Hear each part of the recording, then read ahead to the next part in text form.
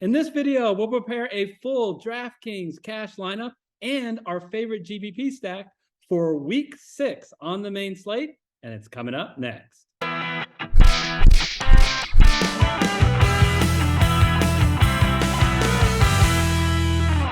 Hello, everyone. I'm Eric Lay. And I'm Michael WIley, and we're the Fantasy Football Consultants. Eric, another week in the books.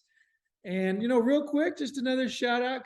Gotta remind folks we're looking for a few more subscribers. So please tell your friends, tell everyone, hit that red subscribe button. All right. And Michael, we're all together here today to do a DraftKings cash lineup, and then we'll do the GPP stacks. Let's get to it. Let's do it. And I'm look at the price, Michael, on Christian McCaffrey. That at least makes me think for a minute. What do you think, Eric? Do you want to go for any of the big guys? Well, so I think it's the matchup that's making him less appealing. Yeah, the price is exciting, but the Rams have been tough against the run. The other one that's a little bit enticing is Barkley, right? At a few $100s less, going up against Baltimore, who before this last week was also vulnerable against the run. But there's a couple guys that I think we really like to produce similarly, not maybe quite as high, that cost quite a bit less. What if I were to tell you that there's a guy who's consistently getting more touches every week? He's produced more fantasy points from week to week, and that's with 11 points in the first week and 30 points this last week, and going up against a team that is ranked 21st against the run. It's Breece Hall with the Jets against Green Bay, who have been vulnerable against the run. So let's pull him up. Well, it's nice that I have to go far down to only $5,800, sub $6,000, pretty good. And like you said, Green Bay has been susceptible to the run. They've given up 4.8 yards per carry so far this year. The key, I think, here is, can the Jets stay on a game script perspective close enough so that they won't abandon the run? Yeah, no, but Green Bay hasn't been the offensive powerhouse that they have been historically, and I think that's because of the receiver challenges that they've had. And Aaron Rodgers just doesn't look as sharp. Maybe it's related to the same. So I think the Jets know they have to run the ball to stay in the game. That's what they've been doing to have their 3-2 record, which I know is amazing to a lot of folks. So I feel pretty good about this pick. All right. Well, sounds good. Let me just quickly comment. Are you afraid of Michael Carter at all? I mean, I just want to bring him up in stealing. He stole 2 touchdowns away from Hall last week. He did. And so that meant that Hall only scored 30.7 points this last week instead of 42. So I think that this 2-back system is something we have to live with. I think Breece Hall, look what he's done each week carries wise. He continues to get targeted in the passing game. Most of his yards came in the passing game. He is, I think he's going to get his enough. And yeah, Michael Carter might steal a touchdown or a carry or 2, but I don't think it's going to impact his overall performance. All right. Well, I got a guy who's similarly priced, who also is in a committee, but unlike Breece Hall, he, I think, ordered a hit on Damian Harris and said, you know what, Harris, I'm a little tired of you stealing my carries. Harris went out of the game very early last week, and it was all Stevenson. An absurd 27 touches last week in a game script that was great. They were ahead the entire game. But I'm not worried in this game in Cleveland for 2 reasons. One, they're only a 3-point dog, so the lines makers think it'll stay close. And he gets involved in the passing game. He was the more passing back. So I think if game script they're a little farther behind, no problem. He'll get involved in the passing attack, which is so valuable on DraftKings with the full PPR. And he faces, like Breece Hall, a weak run defense in the Cleveland Browns. Yeah, and the Patriots particularly rely on their running backs, even when they're behind. And so you can see that he's produced, even in the Green Bay and Baltimore game when they lost pretty handily. So I like the pick. I approve. Let's go with Tyler Lockett, who has continued to produce better and better each week. He's $5,600, Seattle at home against Arizona. And he's on my fantasy team. So another guy that I've been paying attention to. I got burned for not having him in my lineup this last week, but he's produced every week except for week 1. He's he's getting his targets, he's getting his yards. He now is getting in the end zone. Geno Smith has a good rapport with him. So I really like him here in DraftKings to both get lots of receptions and against this Arizona defense to perhaps even get in the end zone. Michael, can I, as a resident Seahawk fan, can I make a little observation here? Look at the price of DK Metcalf, $6,800. Lockett should not be $1,200 less than DK Metcalf. That makes no sense to me. But yeah, I like this pick. Michael and I debated for a long time, folks. We wanted a Seahawk in our cash lineup because of the floor. Look, we opted for Tyler Lockett, given his price, over Ken Walker. We have no problem with Ken Walker III in your lineup. And he's at a good price. If you haven't heard, Rashad Penny is the latest Seahawk to be out for the season. So it's going to be all his backfield, and he's at a ridiculously small price. Just from a cash game perspective, we did not want both guys. So if you don't want Lockett, you certainly can pivot around to Walker. Yep, I agree with that. All right. So who do you want to run? Who do you want to keep aside Lockett here? All right. So I just think this guy's too cheap for what he's for his ability and his potential and his matchup. It's Chris Godwin. So history lesson for you guys. He got hurt after in the middle of game 1, and he was out for 2 weeks. So they have brought him back slowly, but they have proven 2 games in which he is completely healthy. And he faces an injury-riddled Steelers secondary. If you're thinking Steeler defense, oh my gosh, steel curtain. Welcome to 2022, folks. This Steeler defense without TJ Watt is, wow, not good, Michael.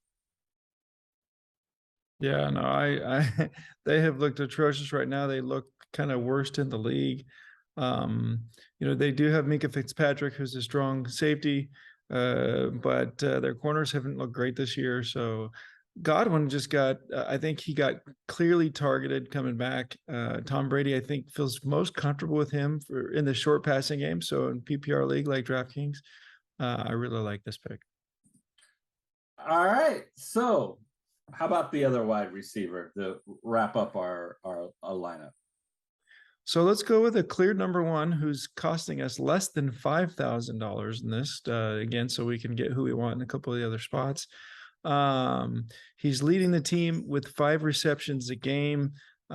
He's maybe not going up against a defense that's given up a ton in the passing game because they've been playing from behind quite a bit. But it's Romeo Doubs from Green Bay at $4,800. Again, he's the clear number 1. Where he had seemed to struggle in preseason was with the drops, but that's not something that I think that Aaron Rodgers has been concerned with, because he's getting him the ball and he's catching most of his targets. He's performed pretty much every week, a little bit of a down week this last week in London. I think this is a good pick at this price. And I want to bring out 2 wide receivers that I want people to kind of look at. The first is, what the heck is going on in New Orleans? So watch out for, so we've got Michael Thomas, who hasn't played for a couple of weeks. We have Chris Olave, who, my gosh, he had a horrible concussion that got thrown to the ground in the end zone on a touchdown catch. He might not play. And Jarvis Landry. So, if Thomas and Olave are out, Landry at $4,300 is a ridiculous bargain if he actually plays. If all 3 of those guys are out, you can take a shot at Callaway or Smith. So I want you to watch on that. Any comment on that, Michael? Yeah, no, I think that's wise. Anytime you see a situation where they're down to really only one strong target and that target is capable, I mean, Jarvis Landry, obviously capable. So then I think you got to pay down and get one of those bargains. And we could, clearly do that here. All right. Here's the other thing I want you to watch out. You certainly, if you can want to get some exposure to this Buffalo Kansas City game. The problem is all the prices are so expensive. But watch out for Isaiah McKenzie. He is questionable. If he is out, I think Khalil Shakir will take his role, and having him as a third option in a really high scoring game at only $3,700 can really open up possibilities for the rest of your lineup. All right. I like that you're trying to get us some exposure to that game. We may get it a little bit later, but let's start at tight end. All right. So at tight end, I don't know. This guy just continues to be disrespected by DraftKings and FanDuel. You know what, Michael? That's fine. We'll just continue to take advantage. Zach Ertz. I got at less than $5,000. What do you get? You get a guy with DeAndre Hopkins, who's still suspended, who I think is clear number 2 option behind Hollywood Brown. And all he's done is consistently get catches. After week 1, remember when he was hurt coming into that game, he's gotten at least 6 receptions in every game. And he faces a fantastic matchup. Basically, the first thing Michael and I did is said, we'll construct our cash lineup. We got to have somebody who's going up against Seattle, especially with Detroit not on this slate. Seattle is the best team to go against because their defense is so bad and their offense is actually pretty darn good. So it gets a situation where you can have a shootout game, which is exactly what's happened in the last few games against Seattle. And with Arizona not having the best defense, I think this game will be a shootout. And I just can't imagine Zach Ertz not being a big part of it. Yeah, no, I love that we were able to get him in the lineup at 4,900. I still can't believe his pricing, given what he has done and will continue to do, especially up against this Seattle defense. What are we going to do at quarterback? There are really 3 premium quarterbacks if you really want to pay up. Do we have the money? And which, if so, which one? Well, so clearly this week, I think it's Josh Allen that we got to go with. Like you say, let's get exposure to that. What will likely to be a high-scoring Buffalo and Kansas City game. Josh Allen continues to perform week in and week out, both with his arm and with his legs. In a close game like this could be, he'll have to use his legs as well. I just don't know how you can't get a guy who's averaging over 30 points in fantasy that maybe has one of his best matchups of the year in terms of likelihood of a high scoring game in your lineup. I just don't see the same, especially with some of the teams that the other top guys are going up against. And then, if you want to get a bargain, you save $1,000 or $1,500 for somebody who's going to produce less than half. Yeah, you talk about a great matchup. Josh Allen has a 28 implied total in by far the highest scoring game, 54 over under. And I like that the spread is close. They're only 2.5 point favorites. So I expect this is going to be a close game. So he's going to be hopefully throwing and running throughout the entire game. So he cost us a pretty penny, but we think he's worth it. Which defense are you thinking might be worth? Well, I think what's calling me out is the Rams' offensive line is what's calling me out. Their offensive line has been bad.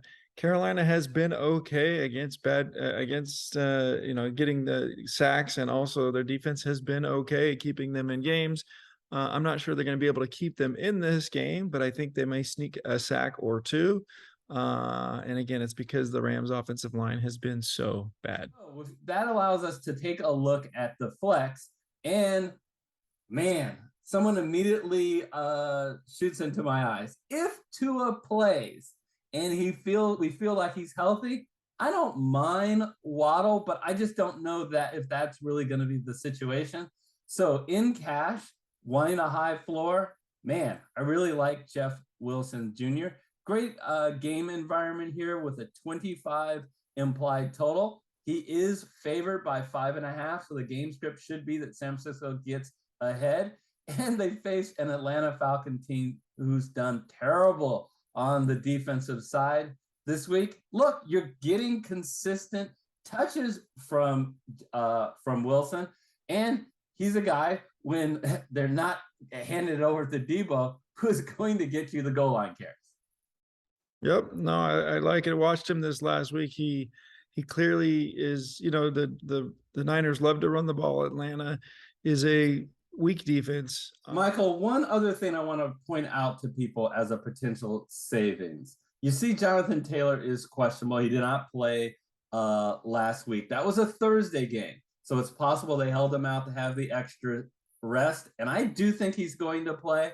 But if he does not play, look out for Deion Jackson. With Hines out last week as well, he was involved in both the running game and the passing game. Great savings here on 5,200, only if Jonathan Taylor doesn't play. Yep, I like it. Michael, we talk about our favorite stacks? Yeah, so that's our cash lineup.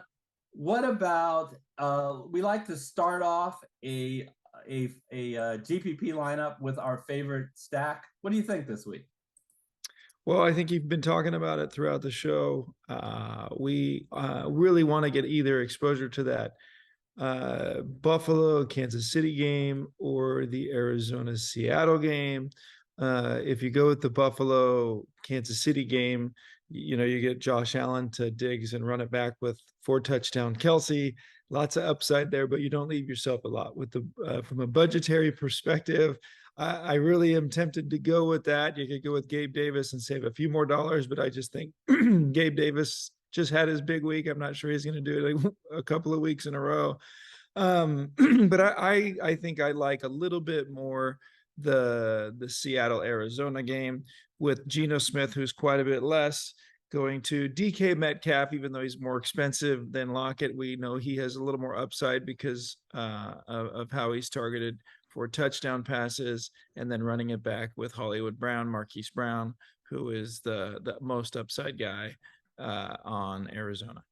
And we invite you to play with this particular lineup. And if you start to run out of salary, you can drop from Metcalf to Lockett, or you can drop from Marquise Brown to Zach Ertz. We will be doing a FanDuel Week 6 show. When that's available, we'll put that on the screen right now. Until next time, take care, everybody. Bye-bye.